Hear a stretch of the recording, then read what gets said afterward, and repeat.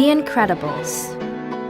Not so long ago, a small but elite group of heroes used their special powers to stop villainous plots and protect innocent citizens from harm. They were the Supers. Among them were Frozone, Gazerbeam, and Elastigirl. But one of the Supers stood out from the rest. His name was Mr. Incredible. He was the best-known, most popular hero in the city, and he always insisted on working alone. One day, Buddy, Mr. Incredible's #1 fan, showed up at a bank robbery wearing a pair of rocket boots to help him fly. Mr. Incredible simply said, "Fly home, Buddy. I work alone." But Buddy didn't listen. Mr. Incredible managed to save Buddy from a bomb, but a bank robber escaped, some train tracks were destroyed, and a few people were hurt. It was after that day that the Supers' lives changed forever. People started to think Supers did more harm than good. The government decided that Supers should no longer be allowed to use their powers. So Mr. Incredible and his new bride, Elastigirl, became known as Bob and Helen Parr to the rest of the world. Years passed, and the Parrs had 3 children. They tried to live as an ordinary family, but their 2 oldest children, Violet and Dash, had superpowers. Only the baby, Jack, seemed normal. Like their parents, the kids weren't allowed to use their powers in public. Home was different. Dash used his super speed to annoy V, who would become invisible and fight back with force fields. Their parents had to use their superpowers to break up the fights. Ordinary life was hard for everyone, especially Bob. Bob missed being a super, so he and his friend Lucius, the former Frozone, began to fight crime and help people in secret. One night, as the 2 friends were rescuing people from a burning building, someone was watching them. A mysterious woman named Mirage followed Bob and Lucius and then told her boss about them. Mr. Incredible was just the person Mirage and her boss had been looking for. The next day, Bob was fired from his normal job after a particularly rough day with his boss. When Bob came home, he found a small computer in his briefcase. The screen lit up. "Hello, Mr. Incredible," Mirage said. "I represent a top-secret division of the government, and we have need of your unique abilities." She said they needed Bob's help to stop an out-of-control experimental robot. Mirage offered to pay him 3 times more than his current normal job paid. "The Supers aren't gone, Mr. Incredible. You're still here," she finished. Then her message self-destructed. Bob accepted this secret hero mission. He decided not to tell his family he had been fired. Again. Instead, he told them he was going on a business trip. Within hours, Mr. Incredible was aboard a fancy jet heading for the island of Nomanism. He listened carefully as Mirage described the mission. "The Omnidroid 9000 is a top-secret battle prototype robot," she explained. "We lost control and now it's loose in the jungle, threatening our facility." She warned him that the robot would quickly learn his moves because it was a learning robot. The hero was to defeat the expensive invention without destroying it. "Shut it down. Do it quickly. Don't destroy it," Mr. Incredible summed it up. He was finally going to be a real super again. Of course, it had been a long time since Mr. Incredible had battled an out-of-control robot. It didn't help that he was not in super shape. Still, as Mirage and her boss watched on a video screen from their headquarters, Mr. Incredible was eventually able to trick the robot and shut it down. Mr. Incredible was thrilled. He felt like a new man. Back at home, he had a new routine. Each day, he pretended to go to work, but instead, Mr. Incredible exercised. Soon, He was as fit and as strong as his old super self. He even had a new super suit made by Edna Mode, former designer for the Supers. When Mirage called again, Mr. Incredible was ready for another secret mission. Following her instructions, he flew back to the island of Nominizin. Little did he know, he was headed for big trouble. Once again, he battled an Omnidroid. But this Omnidroid was faster and stronger and smarter. It anticipated all of Mr. Incredible's moves. The Omnidroid caught Mr. Incredible. Suddenly, Mr. Incredible heard a wild laugh. "It's bigger! It's badder! It's finally ready!" yelled a wild-haired man who jetted down to face the captured super. "Buddy?" asked Mr. Incredible. "My name is not Buddy, and it's not Incrediboy either," shrieked the bitter, grown-up Buddy. "All I wanted to do was help you, but I learned an important lesson. You can't count on anyone. Now I have a weapon that only I can defeat," he added, laughing evilly. "I'm Syndrome." Syndrome tossed Mr. Incredible over a cliff, and he landed in the river below. Then, Syndrome tossed a bomb into the water to get rid of the super for good. But Mr. Incredible found safety in an underwater cave. Inside the cave, he discovered the skeleton of his unlucky super friend, Gazerbeam. Lucky for Mr. Incredible, though, the skeleton not only offered a place to hide and trick Syndrome's probe, but Gazerbeam had also carved the word Chronos into the cave wall before he died. Mr. Incredible escaped from the cave, and then he found his way to Syndrome's headquarters and main computer. When Mr. Incredible typed in Chronos, Syndrome's plan appeared. There was a long list of supers, and most of them were listed as terminated. It quickly became clear that Syndrome had been killing off supers by using them to train his Omnidroid. Now that the evil robot was perfected, Syndrome was going to launch it on the city. Suddenly, Mr. Incredible's suit started beeping.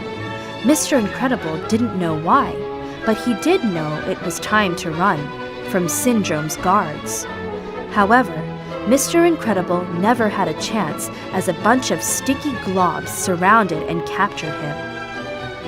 The beeping was a homing device that had been sewn into Mr. Incredible's super suit. Helen had activated it when she met with Edna Mode, who had also made super suits for the rest of the Parr family. Helen decided to go and find Bob. Unfortunately, when Helen tried to tell V to take care of her brothers while she was gone, Dash found the kids' new super suits. He raced around in his super speedy suit, and V learned that her suit turned invisible when she did. "Hey, both of you, knock it off," Helen cried. Soon, Elastigirl had everything under control and was aboard a jet on the way to Nominizin. But as the jet neared the island, Elastigirl discovered Violet and Dash on board. They quickly blamed each other for stowing away. "You left Jack alone?" Elastigirl cried. "Of course we got a sitter. Do you think I'm totally irresponsible?" asked V. Elastigirl phoned the sitter, but the call was cut short. The jet was under attack. After watching from headquarters, Mirage announced, "Target was destroyed." Mr. Incredible knew his family was on the jet and was devastated. Syndrome sneered. "You'll get over it. I seem to recall that you prefer to work alone." But Syndrome had underestimated Elastigirl. She had made herself into a parachute and landed with the children safely in the ocean. Then, Elastigirl had shaped herself into a boat. Using Dash's super fast legs as a motor, the super family raced towards the island to rescue Mr. Incredible. When they made it to shore, Elastigirl found a cave where V and Dash could hide. Elastigirl handed the children masks and said, "Put these on. If anything goes wrong, use your powers." Then, Elastigirl left to break into Syndrome's headquarters and rescue her husband. Soon after, V and Dash were forced out of the cave by a giant fireball. It turned out to be the rocket exhaust from Syndrome's base. Dash and V watched as the Omnidroid rocketed into the night sky and headed towards the city. The next morning, Dash spotted what he thought was a talking bird. It was one of Syndrome's security alerts. Suddenly, V and Dash were surrounded by guards. "Remember what Mom said," Violet whispered. "Run!" V turned invisible and Dash ran. They used their powers well. Meanwhile, Elastigirl found Mr. Incredible with Mirage and gave her a swift punch. He tried to explain that Mirage had switched sides and was helping him to escape, but there was no time. Mirage announced that guards had been sent after V and Dash. Quickly, Mr. Incredible and Elastigirl raced to rescue their children. Mr. Incredible and Elastigirl reached the jungle. Suddenly, a big round force field rolled through the trees with Violet and Dash inside. "Mom! Dad!" yelled Violet. Their reunion was cut short as Syndrome's guards surrounded them. Working together, the Incredibles made an incredible team. But they were on Syndrome's turf. Soon, the villain caught them in his Immobi ray. Back at his headquarters, Syndrome told the captive family his plans. He had already sent the Omnidroid to the city. The robot will emerge dramatically, do some damage, and just when all hope is lost, Syndrome will save the day. I'll be a bigger hero than you ever were. Then, Syndrome left to save the city, leaving the Incredibles behind. Meanwhile, the Omnidroid was already ripping through the city. The people were terrified. Just when it looked as if no one could stop the gigantic robot, Syndrome arrived to save the day. "Stand back!" he shouted. He secretly used his remote control and the Omnidroid's arm fell off. The crowd went wild, cheering for Syndrome. His plan was working. Syndrome looked like a hero. But Syndrome had made a huge mistake. Because the robot was a learning robot, it quickly learned that the remote control was controlling it. The Omnidroid blasted the remote from Syndrome's wrist, knocking him out. Now, the robot was truly out of control. But V had used her powers to free her family. And now, the Incredibles were racing back to the city on one of Syndrome's rockets. When they arrived, Mr. Incredible told his family he was going after the Omnidroid alone. At first, Elastigirl was upset, but then Bob blurted out, "I can't lose you again. I'm not strong enough."